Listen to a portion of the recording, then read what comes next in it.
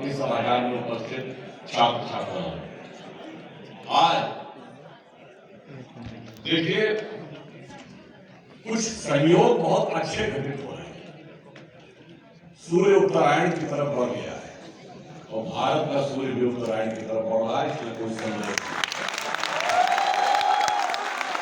और देखिए यहाँ पर अभी मैथिली शरण जी हैं। अब अगर मैथिली शरण उपस्थित हो और विष्णु जी भी हो तो पंकज अर्थात कमल खिलना तो स्वाभाविक है।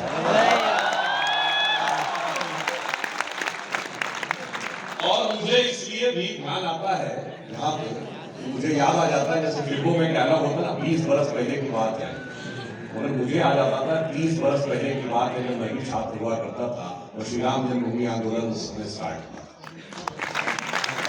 मुझे आप लोगों को देखकर वो स्मरण आता है और यह भी ध्यान आता है, मैं अप्रैल 1987 में, विष्णु जी को याद होगा, ताला खुलने के बाद मंदिर निर्माण के संकल्प को लेकर अयोध्या में एक रैली हुई थी। मैं बालक के रूप में उस रैली में गया था। 9 नवंबर 1989 को जिस दिन शिलान्यास हुआ था तो हम लोगों को भी दायित्व दिया गया था, इतनी जगहों पे शिला पूजन कराना था। तो हम लोग संघ में थे और संघ के भिन्न दायित्वों का छात्र जीवन में निर्वहन कर रहे थे। तो मुझे 4 छात्रावासों में शिला पूजन कराने का दायित्व भी करने का सौभाग्य प्राप्त हुआ। अब जब हम लोग उस रैली में गए थे तो वो बड़ा प्रसिद्ध गीत, अगर आपको ध्यान हो तो उसकी पंक्ति क्या थी, जहां से ये भगवान राम और भारतीय समाज की संवेदना, समन्वय और क्या संबंध है, ये उजागर होता है कि जन जन के मन में राम रमे और प्राण प्राण में सीता है। हर हृदय की धड़कन रामायण और पग पर बनी पुनीता है। यदि राम नहीं है श्वासों में तो प्राणों का घट रीता है। तो हम लोग कहते थे, इसलिए नरनाहर श्री पुरुषोत्तम का हम मंदिर भव्य बनाएंगे, सौगंध राम की खाते हैं मंदिर।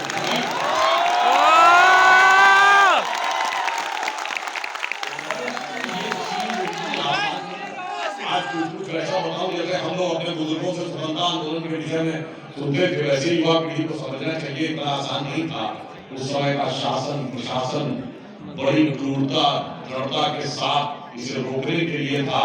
हम लोग भी जब अयोध्या गए तो जानते क्या गीत गाया जाता था, कि धन प्रभु राम का, मन प्रभु राम का, तो हर क्षण बोलिए जय श्री राम, जय श्री राम। आस प्रभु राम की, श्वास प्रभु राम की, तो हर क्षण बोलिए जय श्री राम। लोक पर लोक यही यही मोक्ष धाम है, तो हर क्षण बोलिए जय श्री राम। फिर आगे हम लोग कहते थे कि शासन चलाए चाहे सीने पर गोलियां, परवाह नहीं कीजिए शरीर और प्राण की। आए आपदाएं विपदाएं भले कितनी, बनाएंगे हम मंदिर सौगंध श्री राम। हमें इस बात का बहुत हर्ष है।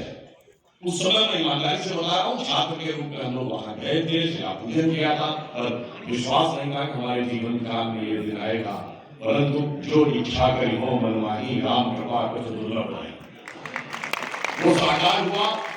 अभी विष्णु जी बोल रहे थे, मैं ये भी कह सकता हूँ कि श्री राम जन्मभूमि का आंदोलन था, वो भारत के जागरण का प्रतीक था और जागरण का भी विकास भारत के उसी जागरण के साथ सिंक्रोनस होके हुआ है। मुझे याद है 30 अक्टूबर 1990, आज की पीढ़ी को निश्चित रूप से ये पता होना चाहिए कि ये कितना कठिन था। 29 और 30 अक्टूबर 1990 लखनऊ आने वाली सारी फ्लाइट्स कैंसिल, सारी ट्रेन्स कैंसिल, सारी buses cancel, no private vehicle can come in. Private गाड़ी से नहीं जा सकते, केवल सरकारी गाड़ी जा सकते हैं। और उस जमाने में इंटरनेट तो था नहीं, एसटीडी फोन से दूसरे शहर में बात हो सकती थी और एसटीडी लाइन ब्लॉक, केवल सरकारी एसटीडी लाइन चल रही थी।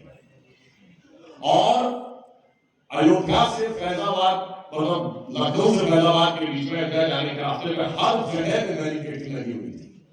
और जो कहा था कि परिंदा पर नहीं मार पाएगा, तो ऐसे नहीं कहा था। इस सारी बैरिकेडिंग के बाद उस विवादित ढांचे के चारों तरफ कांटे की बाढ़ लगाई गई थी, जो कम से कम 10-12 फुट की थी। इसके बाद 7 लेयर्स ऑफ बैरिकेडिंग थी, जिसमें 4 मेटलिक वो लगे थे और 3 बल्लियों वाले, और सारी बैरिकेडिंग के बीच में पुलिस वाले खड़े थे। तो ऐसा नहीं है कि जिसने कहा था, अगर उस समय की सरकार ने कि परिंदा पर नहीं मार पाएगा तो हवा में कहा था, मगर वक्त का बदलाव देखिए। जो ये कहते थे परिंदा पर नहीं मार पाएगा, आज 22 जनवरी को 100 से अधिक हवाई जहाज उस अयोध्या के महर्षि वाल्मीकि अब तो जो कहते थे परिंदा नहीं पर मार पाएगा, वो कहते थे हमारा इन्विटेशन कब आएगा। अब आप सोचिए, आपको पता उसके बाद वो कैसे अंदर चले गए। विष्णु जी को निश्चित रूप से वो पूरा विषय ध्यान होगा।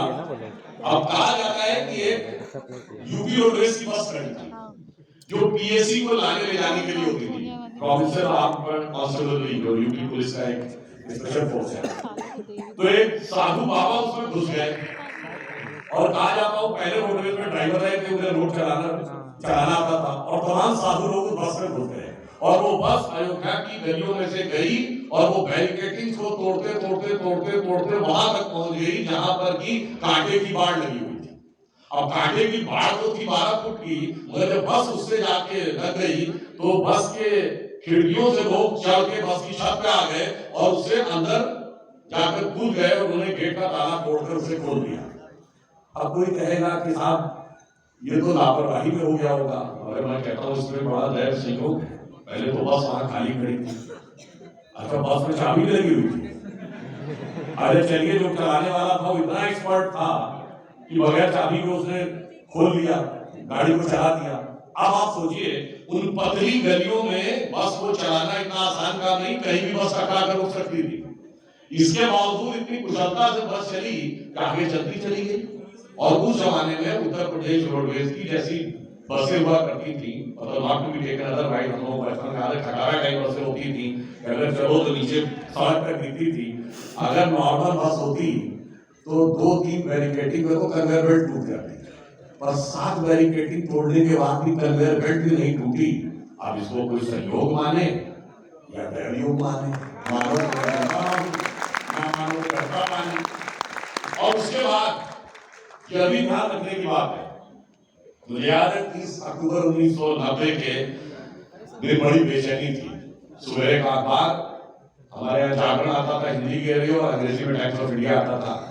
जागरण ने लिखा, हेडिंग ये थी आज 30 अक्टूबर है, क्योंकि 30 अक्टूबर इतने दिनों से सुना जा रहा था कि सबके मन में एक सेंसेशन था।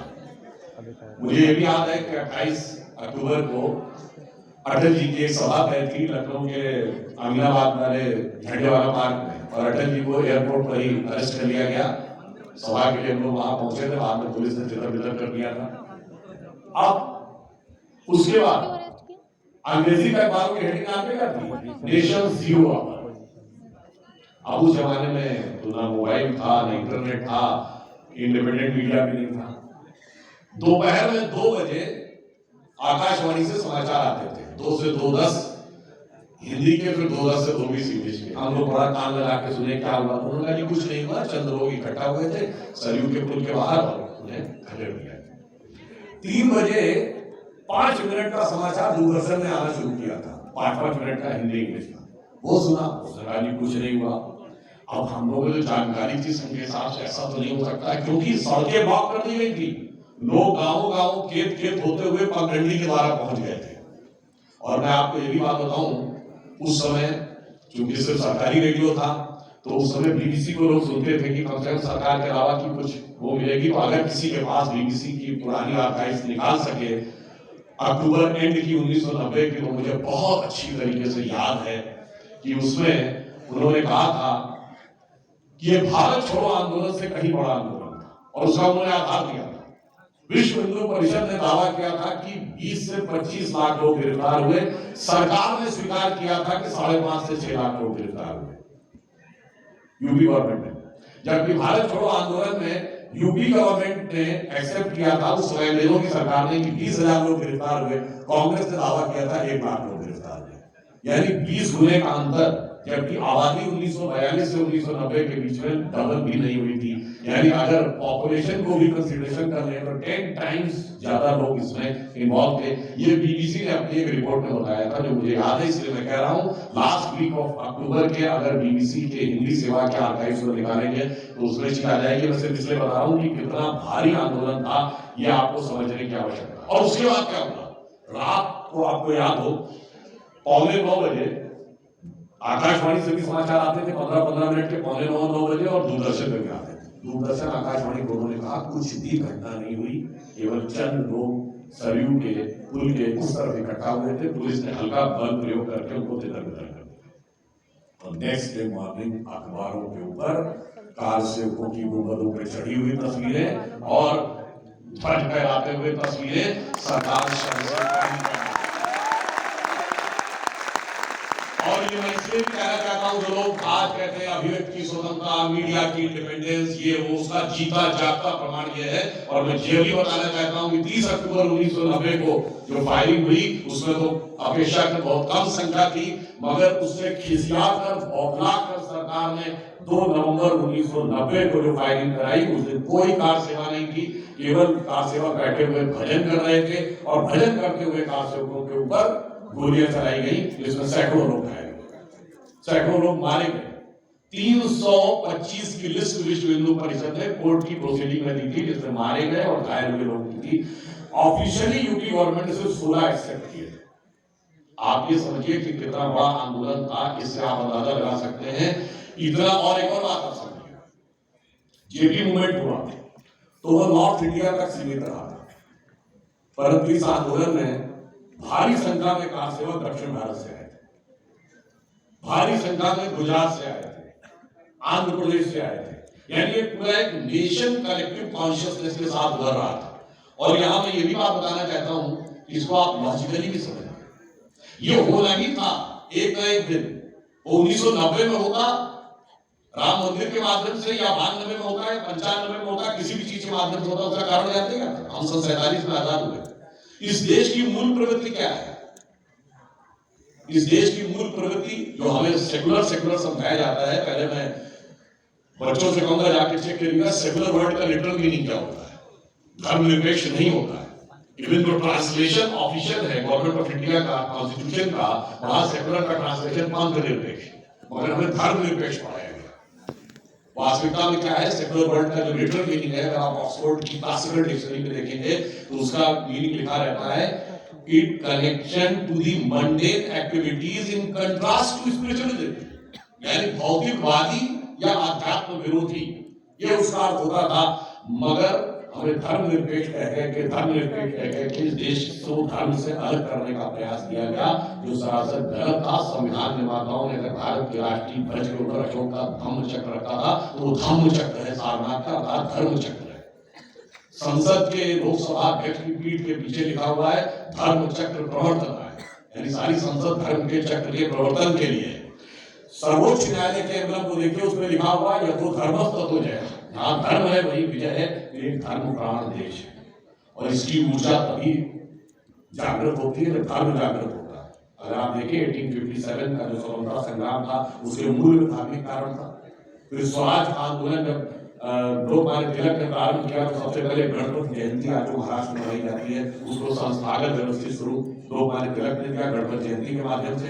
महात्मा गांधी ने 1920 में शुरुआत की, तो राम राज्य के नाम के साथ, राम राज्य के आदर्श के साथ।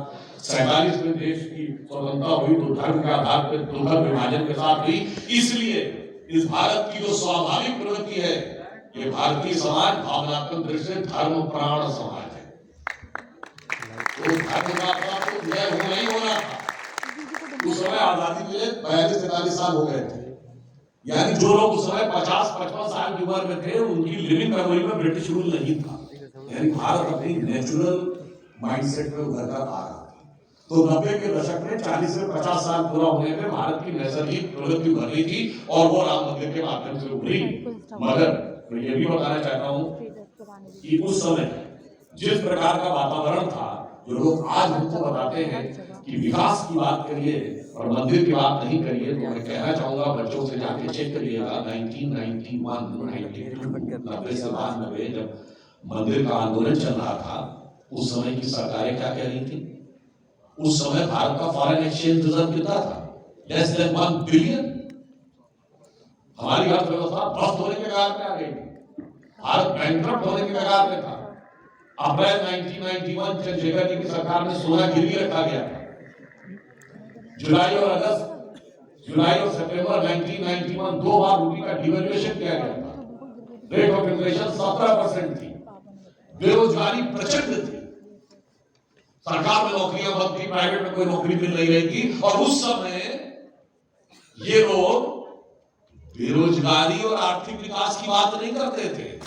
ये कहते थे हम मस्जिद बचाएंगे, तो कोई कहता था मंदिर बनाएंगे, जबकि सर्वोच्च न्यायालय ने सदैव उसको विवादित ढांचा और डिस्प्यूटेड स्ट्रक्चर कहा। इन्होंने मस्जिद कह कहकर धार्मिक भावनाएं भड़काने का प्रयास किया।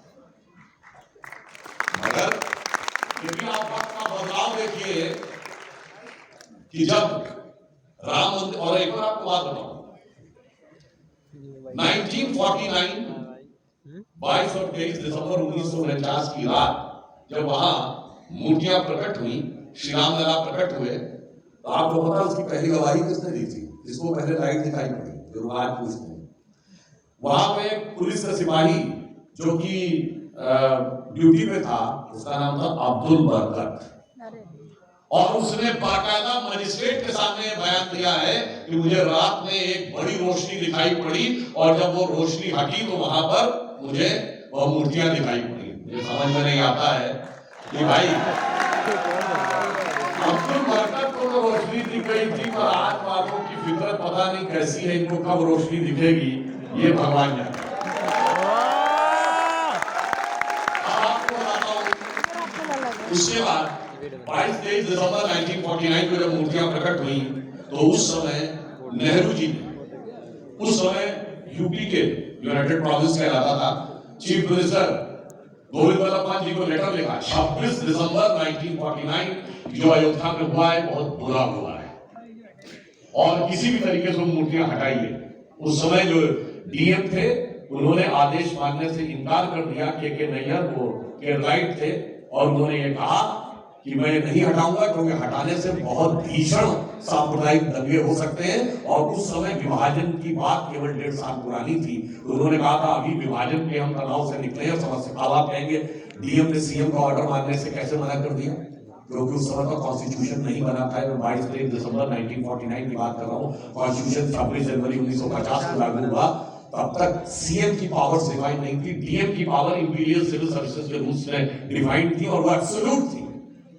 और मैंने तो यहां तक सुना है, मैं इसका पुष्टि नहीं करता, क्योंकि लोग कहते हैं जो पुराना पायनियर अखबार था उसमें यह भी था कि पंत जी ने वहां जाने का प्रयास किया, तो फैजाबाद के सर्किट हाउस में डीएम ने उनको रोक दिया। तो अखबार में यह भी हेडिंग निकली, चीफ मिनिस्टर अंडर अरेस्ट, जो कि डीएम को यह पावर थी कि अगर उसको लगे कि कोई कानून व्यवस्था की स्थिति हो रही तो किसी को भी रोक सकता था। और तब तक सीएम क्या है ये डिफाइंड नहीं था, गवर्नर डिफाइंड था उस समय। तो आप सोचिए जिन्होंने लिखा कि बहुत बुरा हुआ। और आपको एक फैक्ट और बताएं, 12 साल तक मुस्लिम पक्ष उसमें पक्षकारी नहीं बना। टाइटल सूट जो होता है उसकी एक मियाद होती है 12 साल। अगर 12 साल के अंदर आपने लैंड पे क्लेम नहीं किया तो योर क्लेम इज फॉरफिटेड।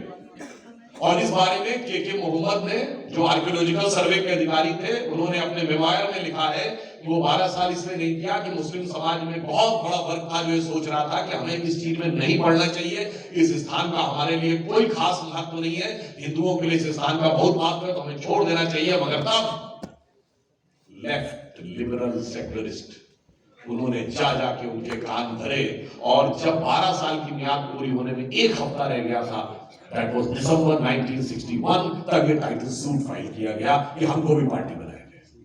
आप इससे समझिए कि चीज स्वतः समाधान हो सकता था। अगर सोमनाथ का मंदिर उस समय समाधान हो सकता था, तो श्री राम मंदिर क्यों नहीं उस समय समाधान हो सकता था। जब हम लोग छात्र जीवन में थे तो एक विचारक आए हमारी यूनिवर्सिटी में, तो उनसे सवाल पूछा गया कि आज आप लोग इसको मुद्दा बना रहे हैं, जब आजादी के जस्ट बाद सोमनाथ का मंदिर सॉल्व हो गया तो ये राम मंदिर क्यों नहीं सॉल्व हो पाया। तो उन्होंने मजाक में हंसते हुए कहा शायद इसलिए सॉल्व न हो पाया हो कि सोमनाथ सरदार पटेल के प्रोविंस से पड़ गया था और ये नेहरू जी के प्रोविंस से पड़ गया। और उन्होंने कहा शायद इसीलिए सारी रियासतें सॉल्व हो गई। जो रियासतों का महकमा सरदार पटेल के पास था उसमें से एक एक्सक्लूसिवली नेहरू जी ने अपने पास रख ली थी, वो कश्मीर, वो आज तक सॉल्व नहीं हो पाई। तो अगस्त 2019 में जाके सॉल्व हुई मोदी जी के नेतृत्व में, जब हमारे गृह मंत्री अमित शाह जी ने संसद में पास कराया। तो मैं सिर्फ ये बताना चाहता हूं, सॉल्व कभी भी हो सकता था। फिर 1976 में रूटीन खुदाई हो रही थी, आर्कियोलॉजिकल सर्वे रूटीन खुदाई करता है, तो नीचे खंभे निकल आए और उस खुदाई का नेतृत्व के मोहम्मद कर रहे थे as joint director of archaeological survey of India. उन्होंने बताया कि लेफ्टिस्ट हिस्टोरियंस के दबाव में खुदाई रुकवा दी गई। अब एक और आपको बात बताऊं, वो खुदाई रुकवाई गई किस चीज के लिए कि सबूत न निकलने पाए, और कोर्ट से इसके लिए लिया गया कि खुदाई नहीं करवाई जाएगी। देखिए भगवान राम इस स्थिति तक जानते कैसे पहुंचे? जो साइंस डेवलप करती गई है, जो भगवान के सबूत भी सामने उठकर आते गए। मैं आपको उदाहरण बताता हूं। अब इन्होंने उस पर स्टेट करवा दिया। अब उसके बाद 1989 में एक बार फिर ये विचार आया मुस्लिम्स में कि हमको इस पे क्लेम छोड़ देना चाहिए। फिर भी सब लोगों ने उनको भगाया, कम्युनिस्टों ने, लेफ्टिस्टों ने, लिबरल्स में से। एक और आपको बात बताऊं, बहुत से ऐसे शब्द होते हैं जो आपको बहुत अच्छे ढंग से समझने चाहिए कि इनमें क्या क्या चीजें खतरनाक होती हैं। जैसे एक शब्द होता है लेफ्ट लिबरल। एक कम्युनिस्ट कंट्री बताइए जो लिबरल हो, जहां व्यक्ति स्वतंत्रता हो। मतलब जो लेफ्ट कभी लिबरल हो ही नहीं सकता। अगर कोई ये कहे कि I am a left liberal, it's like somebody saying I am a devout atheist. मैं बहुत ईश्वर भक्त नास्तिक हूं। अगर कोई ऐसी बात कहे तो वैसी बात है कोई कहे कि लेफ्ट लिबरल। अब इन्होंने समझाया और मामले को उठाया। अब सुनिए, ढांचा गिरने के बाद खुदाई नहीं हो, इसमें कोर्ट का स्टे था। मतलब क्या बताएं, टेक्नोलॉजी ने मार दिया। ग्राउंड पेनिट्रेटिंग रडार की टेक्नोलॉजी आ गई 2000 आते आते। जब हमारी अटल जी की सरकार थी तो सरकार ने कहा कि भाई खुदाई पे, एक्सकेवेशन पे रोक है ना, ग्राउंड पेनिट्रेटिंग रडार की मैपिंग करने पे तो रोक नहीं है। भाई ऑपरेशन की मनाही थी, अल्ट्रासाउंड की तो मनाही नहीं थी ना। तो साहब अल्ट्रासाउंड किया गया, अब निकल आया उसमें से ढांचा। अब जब हाई कोर्ट के सामने रखा, हाई कोर्ट ने परमिशन दे दी, जब ढांचा दिख रहा है कुछ तो खुदाई करवाइए। अब खुदाई करे, उसमें दर्जनों खंभे निकल आए। आज सुनिए क्या हुआ। जो मस्जिद के खंभे थे, Lucknow bench of Allahabad high court का 30 सितंबर 2010 का जजमेंट अगर आप पढ़ेंगे उसमें तो बहुत डिटेल में सारा है। वो ऊपर से वो मस्जिद के खंभे थे और नीचे जाने पे वो मंदिर के खंभे थे। बस इसी हकीकत को अगर कोई समझ ले तो समाज का तनावी समाप्त हो जाएगा कि जो लोग ऊपर से कुछ दिख रहे हैं वो अपने अंदर जाकर देखेंगे तो उनकी पहचान कुछ और नहीं।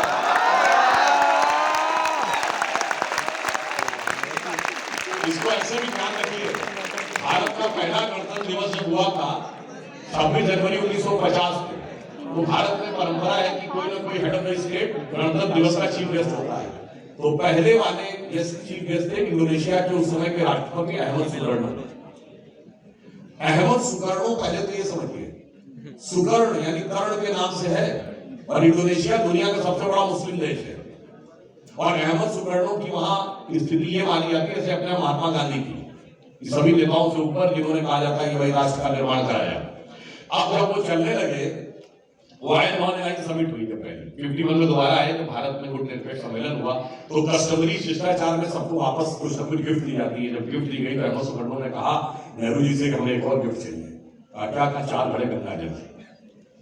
तो पाकिस्तान के विदेश मंत्री ने कहा आप क्या बोल रहे हैं, मुस्लिम कंट्री हो के आप कह रहे हैं 4 बड़े गंगा जल, उसके आप प्राइम मिनिस्टर हो गए। अहमद सुकर्णो का जवाब बहुत शानदार था। उन्होंने कहा by change of circumstances we have changed our way of worship but we can not change our forefathers.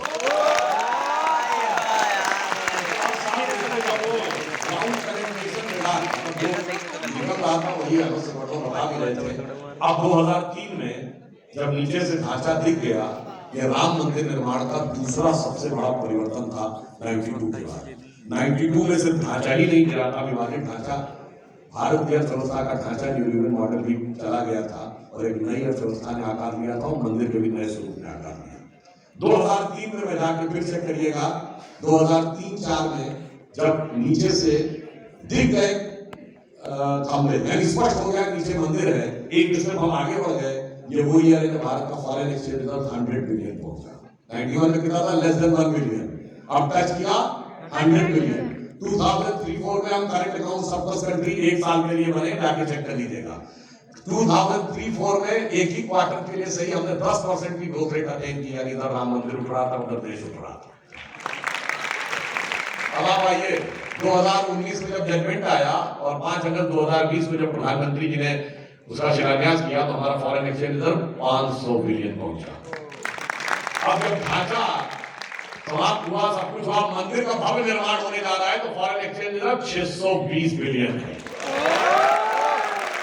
अब 5th लार्जेस्ट इकोनॉमी है, 4th बिगेस्ट स्टॉक एक्सचेंज है, 3rd बिगेस्ट ऑटोमोबाइल मैन्युफैक्चरर है और 2nd बिगेस्ट मोबाइल हैंडसेट के manufacturer है। Infrastructure में हमारा investment number 1 है वर्ल्ड में, अमेरिका से ज्यादा है। और चांद के अछूते कोने साउथ पोल को छूने वाले और भारत की संसद ने नारी शक्ति बंधन अधिनियम पारित करके महिलाओं का लोकसभा और विधानसभा में प्रतिनिधित्व का मार्ग भी प्रशस्त कर दिया है। यानी अगर तुलसी बाबा ने कहा था सिया राम मैं सब जग जानी करूं प्रणाम जोरी जुगुपानी, तो सब जगह सिया राम को बराबर स्थान देने की व्यवस्था भी भगवान ने कर दी।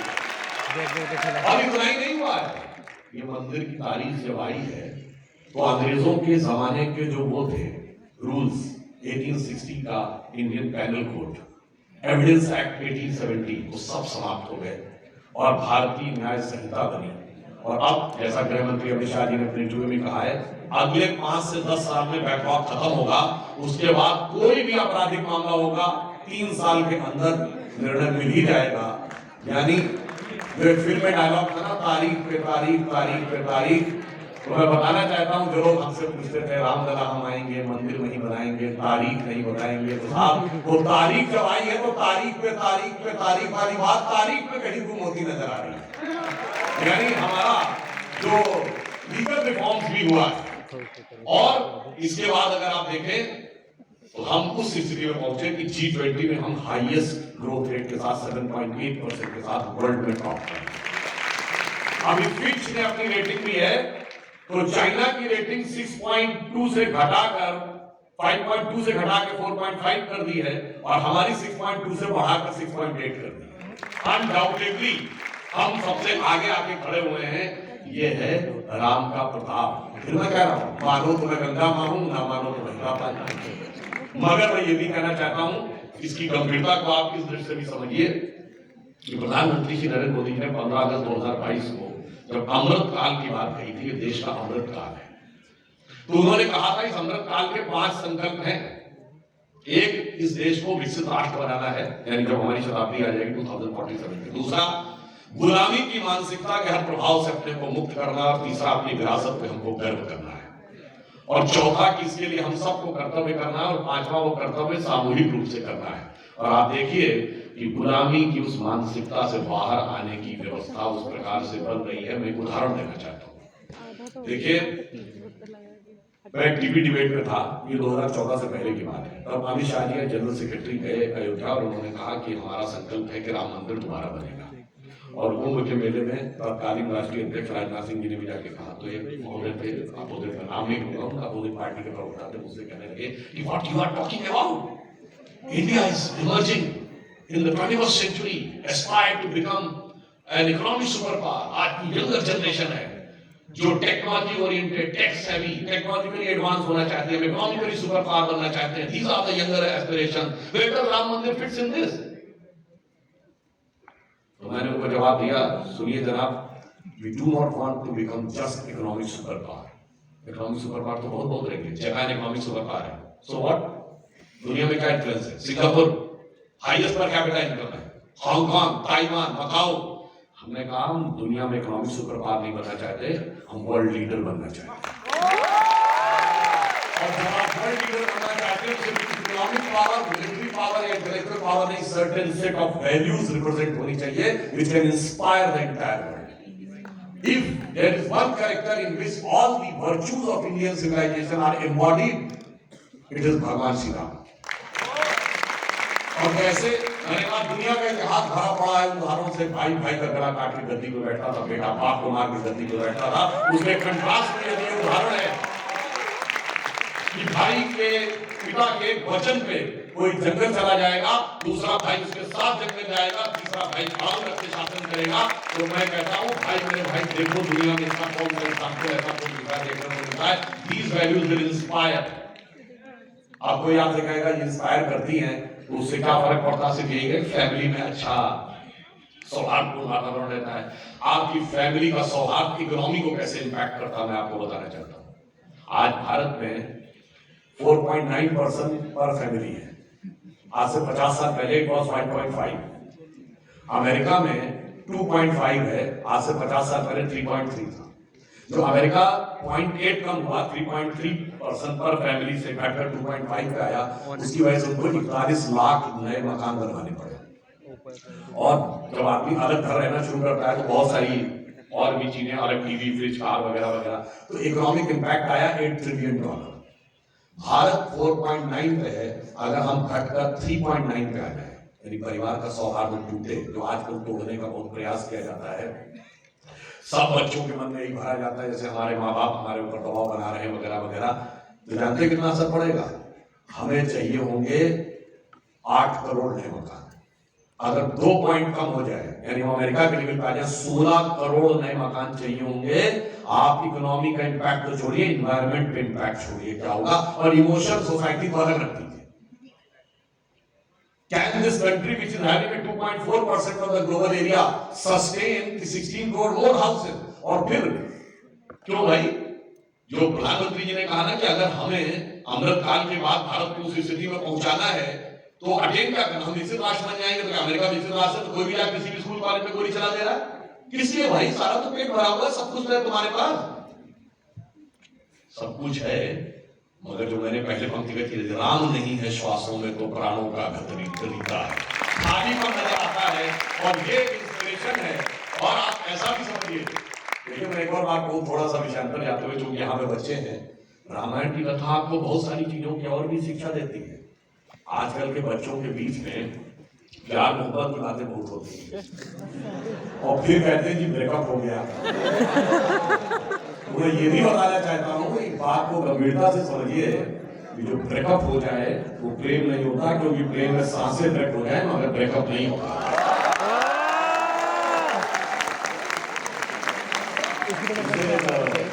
वसीम बरेली साहब का शेर है कि माना मुझे अपना हाल बयां करना नहीं आता, और तुझे भी तो उसे एहसास करना नहीं आता। वो दिन गए जब मोहब्बत हुआ करती थी जान की बाजी, अब कोई बिछड़ जाए तो कोई मर नहीं जाता। तो मार देता है, टुकड़े टुकड़े करके सूटकेस में भर देता है। आप कहेंगे सर रामायण का संबंध है, देखिए मैं बताता हूँ, राम कथा में भगवान ने सब जब लीला दिखाई, सारे संकेत दिए। जब रावण सीता हरण करने आया था तो राक्षस के वेश में नहीं आया था, साधु का वेश धर के आया था। तो हर व्यक्ति जो दिखने में आपको बड़ा बेहतर लग रहा हो, इतनी आसानी से उसको यकीन मत करिए। मैं बच्चियों से कहना चाहूंगा कि राम कथा में संकेत देती है कि बिटिया इस संसार में संभल के चलियो जाए, ना जाने किस रूप में कब रावण आ जाए। मगर बच्चों से भी कहना चाहूंगा जो लड़के हैं वो अपने बहुत स्मार्ट में समझे, नहीं मैं तो सब एक्टिंग कर देता हूँ, उसमें कौन सी बात है, वो लोग इमोशनल है इसलिए ऐसा हो जाते हैं। आजकल ऐसे ऐसे भी हैं, रावण की बहन कौन थी? सूर्पनखा। अगर गलत चक्कर में फंस गए तो भाई साहब जिम्मेदारी नजर आ जाएंगे। तो मैं कहना चाहता हूँ, राम कथा ये भी बताती है, बिटवा इस संसार में संभल के चली हो जाए, ना जाने किस मोड़ पे सूर्पनखा मिल जाए। आपको करना क्या है? ये बिल्कुल ये मार्केटिंग और इन सब चीजों के इन्फ्लुएंस मत आइए कि मैं इंडिविजुअल हूं। अरे भाई, आप जो आगे बढ़ रहे हैं, अपने माता पिता से हर चीज कंसल्ट करिए और अपने गुरुओं से कंसल्ट करिए, तब डिसीजन लीजिए। अगर आप किस स्कूल कॉलेज में एडमिशन लेंगे, ये आप पूछ के मतलब कंसल्ट करके करते हैं। ऐसा तो नहीं कि जिसकी बिल्डिंग अच्छी दिखे चलेंगे, जो बिल्डिंग अच्छी दिखे उसमें नौकरी करी नहीं। आप चीजों का एनालाइज करते हैं। तो इसीलिए रामचरितमानस में क्या लिखा है? प्रातः काल उठ के रघुनाथा, माता पिता गुरु नावड़ी माता। तो माता पिता और गुरु तीनों के हिसाब से चलेंगे तो जिंदगी में सही दिशा में जाएंगे, वरना तो मैंने आपको रावण से बताया। और मैं अंत में ये कहना चाहूंगा कि आप ये भी बात अच्छी तरीके से समझ लीजिए कि भारत के अंदर एक बड़ा बदलाव आ रहा है।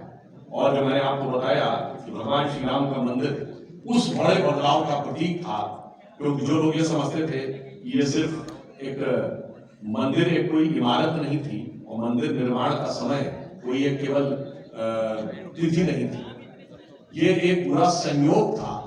और वो संयोग क्या था कि 9 नवंबर 1989 जिस दिन शिलान्यास हुआ उस दिन देवोत्थानी एकादशी थी। 30 अक्टूबर 1990 जिस दिन कार सेवा हुई, वही फेमस वाली इसमें गोलियां चली, उस दिन भी देवोत्थानी एकादशी थी। और 9 नवंबर 2019 देखिए ठीक 30 साल बाद सुप्रीम कोर्ट का जजमेंट आया और 8 नवंबर 2019 को भी देवोत्थानी एकादशी थी। और मानिए तो संयोग और मानिए तो दैवयोग।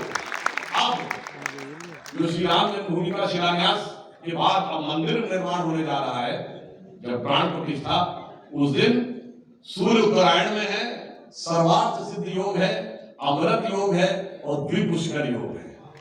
और द्विपुष्कर योग में कहा जाता है डबल फायदा होता है, तो एक तो हो ही रहे, आगे क्या होगा दूसरा